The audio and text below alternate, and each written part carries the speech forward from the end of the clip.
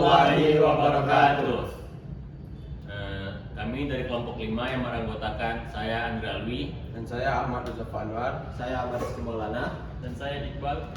Kami akan memenuhi tugas besar yaitu tugas proyek citizen dari mata kuliah Pendidikan Kewarganegaraan. Di sini kami akan mewawancarai Bapak Sepandu Badri selaku dosen di ITP. Menurut Bapak, seberapa penting sih pendidikan kewarganegaraan bagi lulusan sarjana, Pak? Kalau menurut Bapak itu sangat penting ya untuk saat sekarang ini, karena seorang warga negara itu harus mengetahui ya ilmu mengenai kewarganegaraan tersebut, karena kita ini kan negara ini negara besar kan. Iya, Pak. Jadi bagaimana kita itu mencintai atau merasa memiliki negara kita itu ya.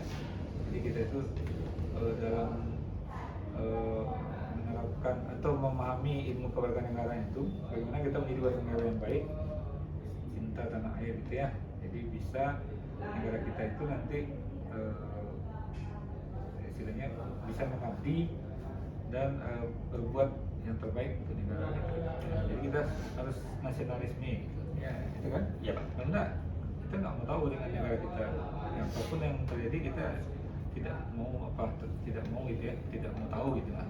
Jadi rugilah kita kan. Jadi kita mahasiswa ini harus punya sikap Patriotisme gitu yang kan? tinggi gitu, Iya, Pak. iya, nasionalisme yang tinggi gitu kan, memiliki negara kita, ya, memiliki tanah air kita gitu kan. Iya, Pak. Karena gampang aja orang lain masuk kan. Iya, apalagi sekarang Apalagi keadaan masa-masa di mana orang asing bisa masuk ke Iya, ke negara kita kan dengan mudah tuh, Pak. iya betul. Tidak diantisipasi, gampang aja masuk berbuat semuanya kan. Menurut Bapak, apakah telah menerapkan pendidikan kewarganegaraan di lingkungan kampus saat ini, Pak? Sudah kan, sudah ada kan mata kuliahnya kan, sudah diterapkan ke mahasiswa ya. Cuma apakah penerapannya sudah sebenarnya sesuai dengan tuntunan dan apakah mahasiswa sudah mengaplikasikannya dengan benar, nah, itu Bapak belum bisa mengukur gitu kan. Iya. Tapi dalam kurikulum sudah diterapkan gitu kan, Iya, sudah diterapkan itu, iya kan? Iya, Pak. Sudah. Menurut Bapak bagaimana mahasiswa sekarang dan apa saran Bapak untuk mahasiswa sekarang? Ya, mahasiswa sekarang harus bisa membaca, harus tahu dengan sejarah gitu kan, jangan lupa sejarah. Kemudian harus tahu tentang ke depan tuh bagaimana, dan harus tahu keadaan sekarang bagaimana. Kita harus jangan terlena lah dengan dengan seperti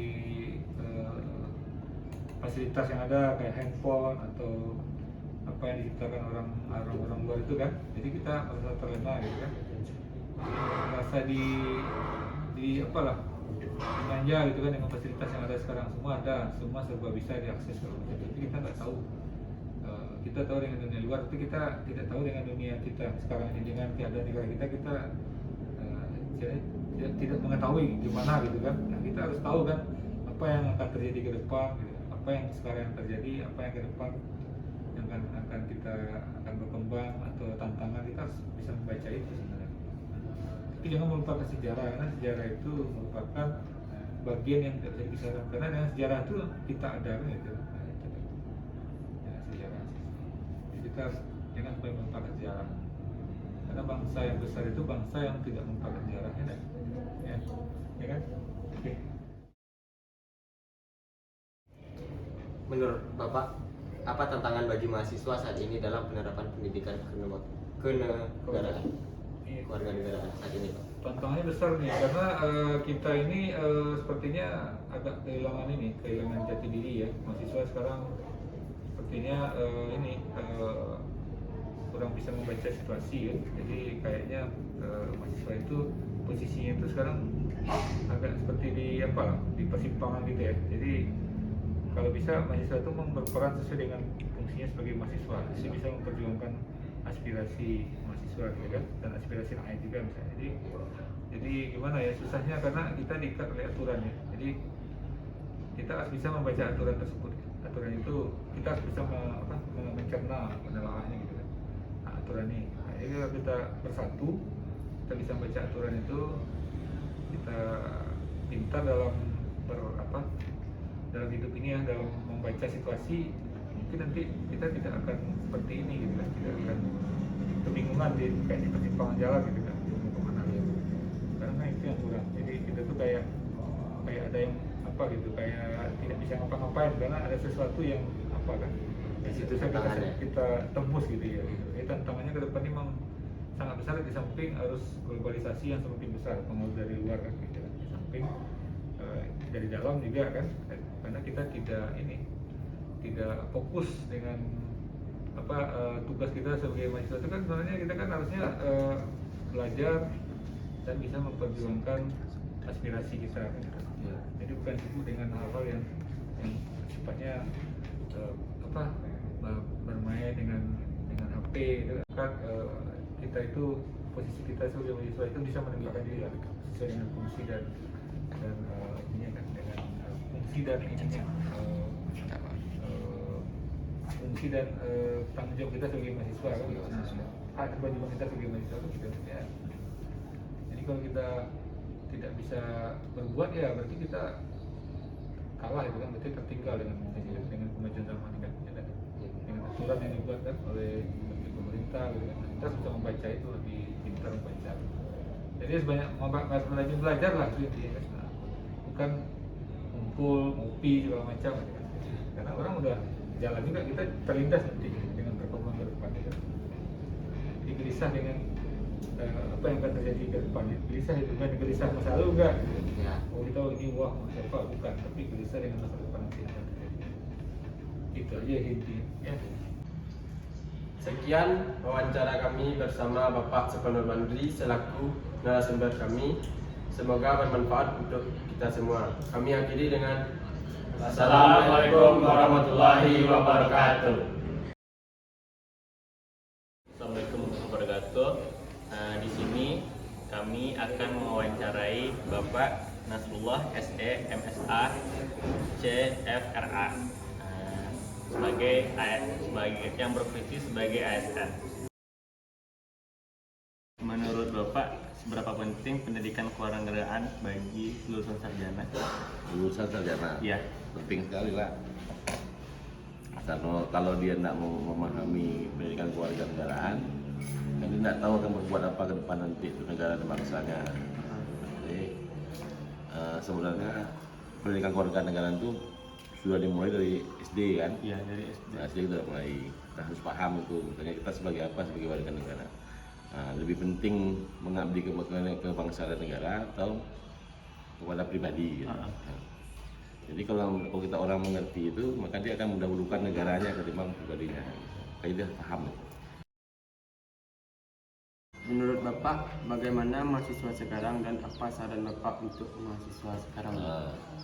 Mahasiswa sekarang ini umumnya malas baca sejarah, secara umum. Dia tidak ngerti tuh ya, apa sejarah bangsanya dulu, misalnya. Apa itu PKI, apa itu pemberontakan, harusnya dia baca.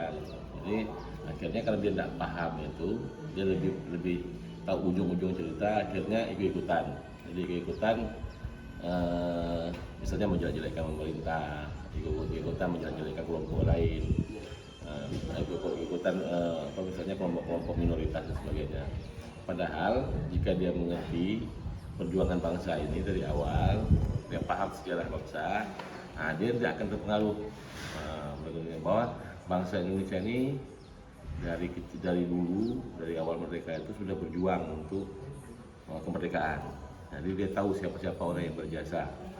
Nah, jadi sehingga mahasiswa sekarang dia tahu tuh, jadi tidak ada menjelek-jelekkan pemerintah zaman dahulu, pemerintah Pak Soeharto, presiden-presiden sebelumnya belum ada dibandingkan sekarang. Masing-masing presiden itu ada kebaikan, ada kekurangannya. Masing-masing itu ada kekurangannya.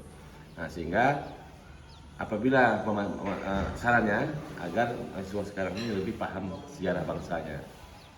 Nah, saran itu baik. Menurut Bapak bagaimana mahasiswa sekarang dan apa saran untuk kedepannya bagi mahasiswa sekarang? Nah, yang mahasiswa sekarang ini cenderung dia dalam kelompok-kelompok kecil, dia tidak suka berkawan sama kelompok-kelompok besar. Padahal ide-ide besar itu muncul dalam kelompok-kelompok besar. Nah, harusnya misalnya dia bisa ikut organisasi besar seperti KNPI, HMI, nah itu harusnya dia bisa ikut itu. Nah, anak-anak sekarang yang mahasiswa sekarang itu cenderung malas gitu. Nah, jadi padahal dia kalau ke depan mereka akan membangun, mereka jadi tokoh-tokoh bangsa. Harusnya mereka sejak dari kecil ini mereka aktif organisasi.